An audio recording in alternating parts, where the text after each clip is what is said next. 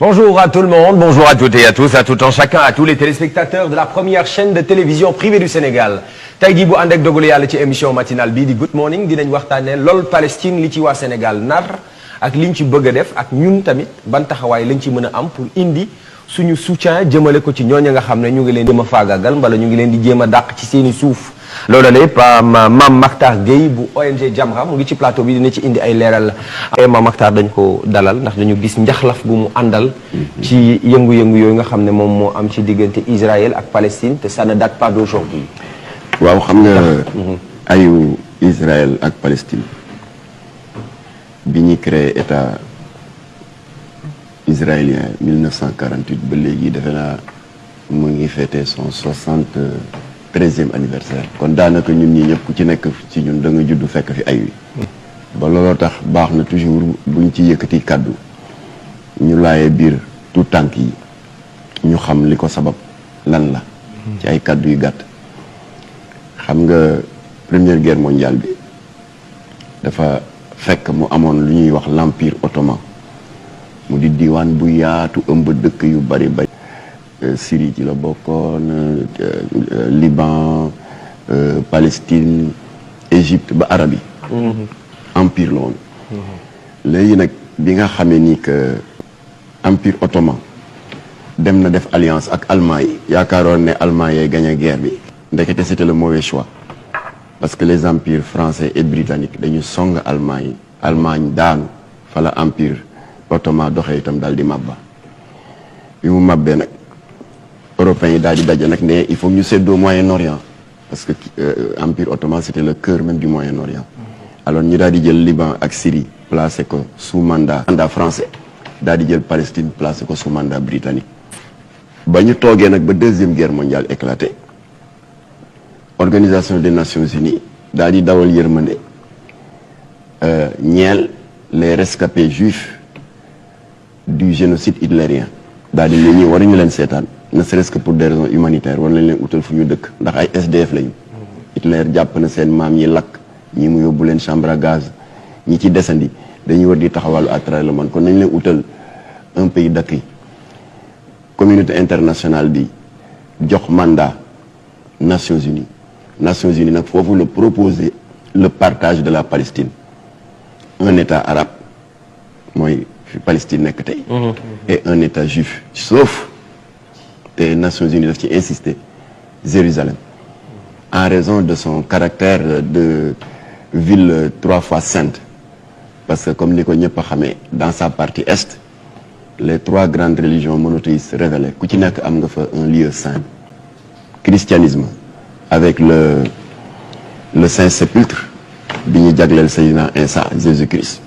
Le judaïsme ak seen mur de lamentation daanaka mooy seen kaaba juif yi fa la ñuy ajee seen aji Makka. Et il y a Masjid al-Aqsa le 3e lieu saint de l'islam. Alors ONU ne kon séddoo bi bu ci kenn boole Jérusalem nañ ko placer sous mandat international bu ko kenn laal. alors loolu yëpp résolution yi ñëw daal di ko dëggal la résolution 242 les accords de Camp David yi ñëwoon en 79 jamono Jimmy Carter Anwar el-Sadat daal di ko confirmer les accords d'Oslo yi mujj ñëw en 94 gën ko dëggal waaye nag ñoom sóoraale wu ñu woon Donald Trump ne jamet falu en 2016 un an rek la def 2017 rek jóg def jëyu bu rëy rëy sous prétexte de matérialiser une promesse de campagne faite à son électorat américano-juif mu daal di jël Jérusalem paqueté ko sur un plateau d'argent mais maa leen ko diggoon yéen juif yi Jérusalem moom yéene ko moom coow li ne kuru ci adduna bi am na ay bakken sax yu root ndax jàpp ay jàmmarloo Israël profité ci confusion boobu daal di def lu raw annexion jàpp Jérusalem décrété ko capitale officielle d'Israël ba am dëkk yu bari yu mer ne ñoom du ñu jóge Tel Aviv toxu Jérusalem ils vont rester à Tel Aviv. Tel Aviv je rappelle que moom mooy capitalu Israël normalement. Naturellement. léegi nag toxal nañ ko. ginnaaw bi leen ko Donald Trump paqueté may leen ko cadeau de fin d'année. mel ni lu mu doon na ci ay waajuram alors transformé nañ ko en capitale loolu bokk na ci li intensifier le conflit israélo-palestinien de sorte que toute la presse occidentale yi amoon des thèses favorables au sionisme nangu nañu léegi ne que si ce conflit dure depuis 73 ans c'est parce que Israël maa tey gii mu def moo ko waral en occupant de manière illégale Gaza Cisjordanie ak Jérusalem Est te tant que yooyu réglé wul dañuy mëppal rek waaye ay bi day jolliwaat. ay wii kay moom defe naa ku xool rek gis. ndax internet mu ngi koy wane.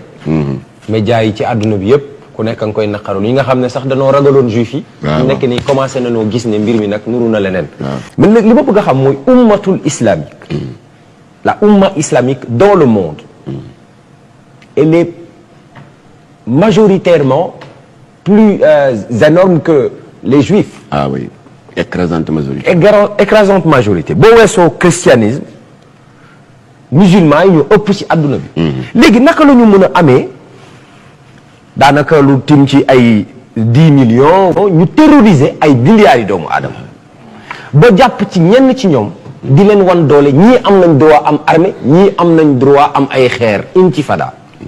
donc jullit ci àdduna bi mel ne li leen yàlla wax ne bu seen mbokkum jullit nekkee ci ay jafe-jafe bu weesoo Tayyip Erdogan doo gis beneen réew manifester seen solidarité ba digga jël ngànnaay dem taxaw ngir défendre waa Palestine te fi mu nekk nii wax ji ndax état yi nga xam ne ñoom ñoo seq réewi jullit yi jotut ñu dajaloo Makka xaaroon nañ ci seen génn ndax juif yi bariwuñ waaye ñoo ëpp doole ñi nga xam ne ñoo bari est-ce que loolu du contradiction. waaw juif yi bariwuñu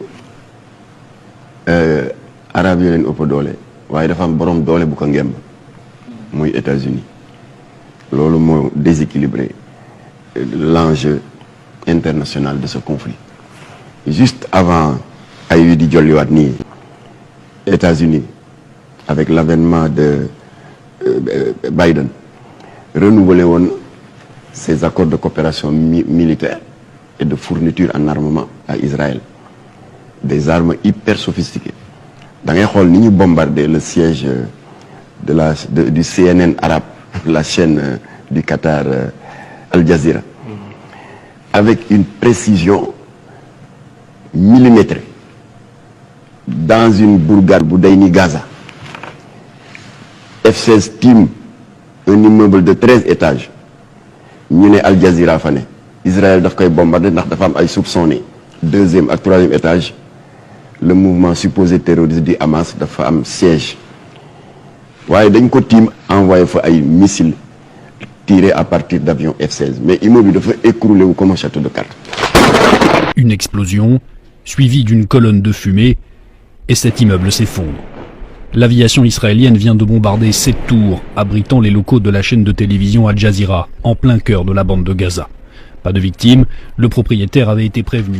Gànnaay yooyu américains yi ñoo leen ko jox dañuy am un système de visée électronique et à l'infrarouge moo tax dëggal naa li nga wax Israël tuuti na ba pare lëmbale àdduna waaye dara wala ko lu dul kii ko ngemb moo bari doole moo tax nag comme que ñun loolu doyuñu ñu daal di décider dal di jëfe mandat bi nga xam ne Jamra am na ko depuis 1989 ndax Abdou Latif Gueye moo doon assumer la fonction de vice-président du comité Al-Quds section Sénégal ñu daal di ñaan audience ambassadeur Israël nee nañ ko dinañ la indi lettre de protestation et de condamnation du génocide parce que lii génocide la nettoyage ethnique la Israël li mu bëgg mooy boom toute la population. Au vu au su de tout le monde. De tout le monde. Et nous on peut rester da ngay gis ay sénégalais yoo xam ne tey. waaw seen xol day jeex ba fu yàlla yem. waaye ba dañuy muñ dara muñ ci dara.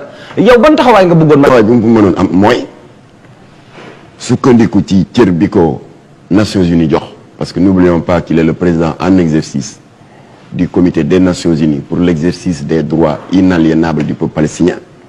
Sénégal depuis 20 ans ñu ngi koy reconduire tout le temps à ce poste. waroon na mën a sukkandiku ci doole boobu sukkandiku yi tamit ci leadership bi Sénégal yàgg di am dans ce conflit israélo-palestinien et qui a commencé depuis 1971 bi ñu nommé Senghor le président du comité des sages mu ànd ceeg ay IDJO ñoom ñoo négocier ak madame Golda Meir premier ministre Israël ba fi newoon ba obtenir un premier retrait des territoires occupés waroon na sukkandiku ci suñu deuxième leadership ndax nous avons été le premier pays d'Afrique noire à avoir pris notre courage à deux mains en 1977 d'accueillir le président de l'OLP, Organisation de libération de la Palestine, Yasser Arafat, fii au Sénégal, à un moment où Yasser Arafat était diabolisé par les États-Unis et par l'Occident d'une manière générale.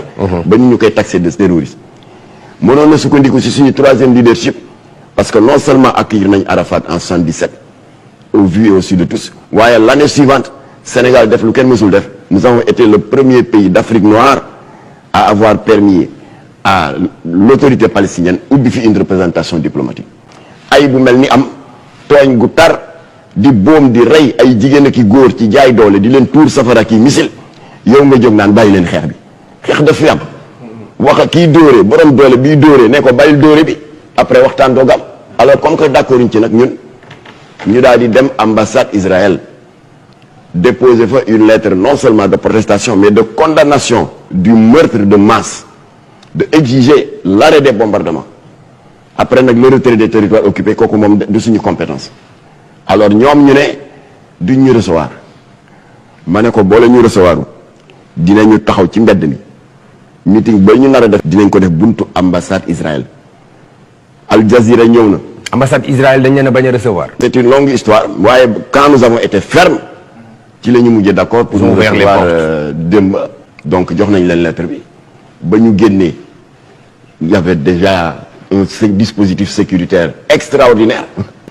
L'ambassade était hyper sécurisée, bunkérisée.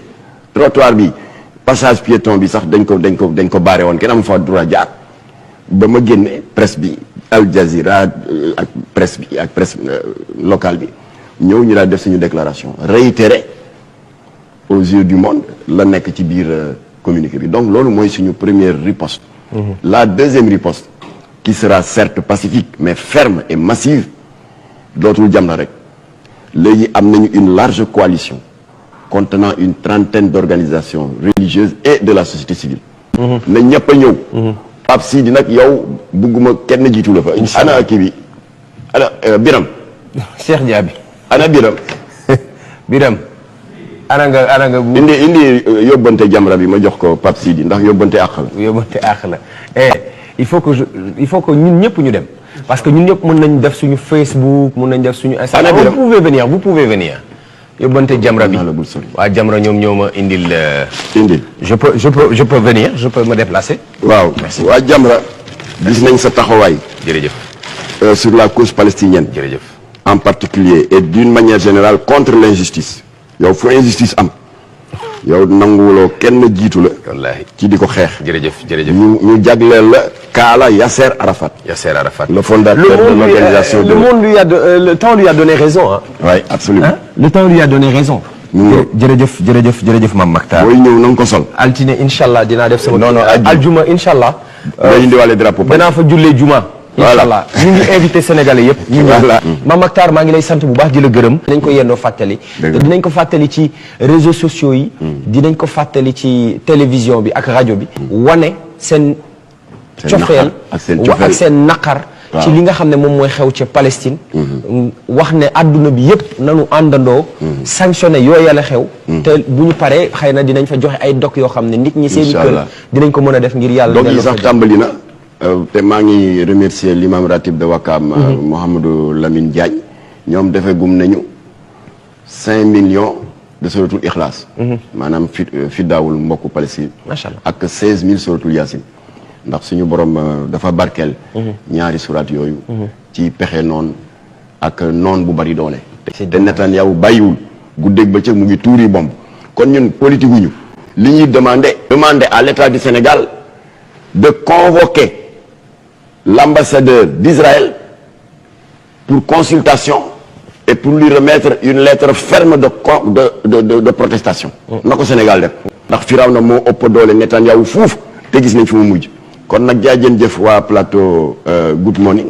ñu ngi lay sant bu di baax gërëm tamit suma natango Pape Omar di la gërëm di la sant yow malheureusement Kaala Yasser Arafat yi dafa jeex waaye dinaa la may drapeau Palestine. dinaa ko utal Kaala. bu dul dara sax sa turandoo ci saaba yonente bi la bokk. Mame Makhtar Gueye qui était notre invité dans la première partie. lii dal palestiniens yi mën nañu dal.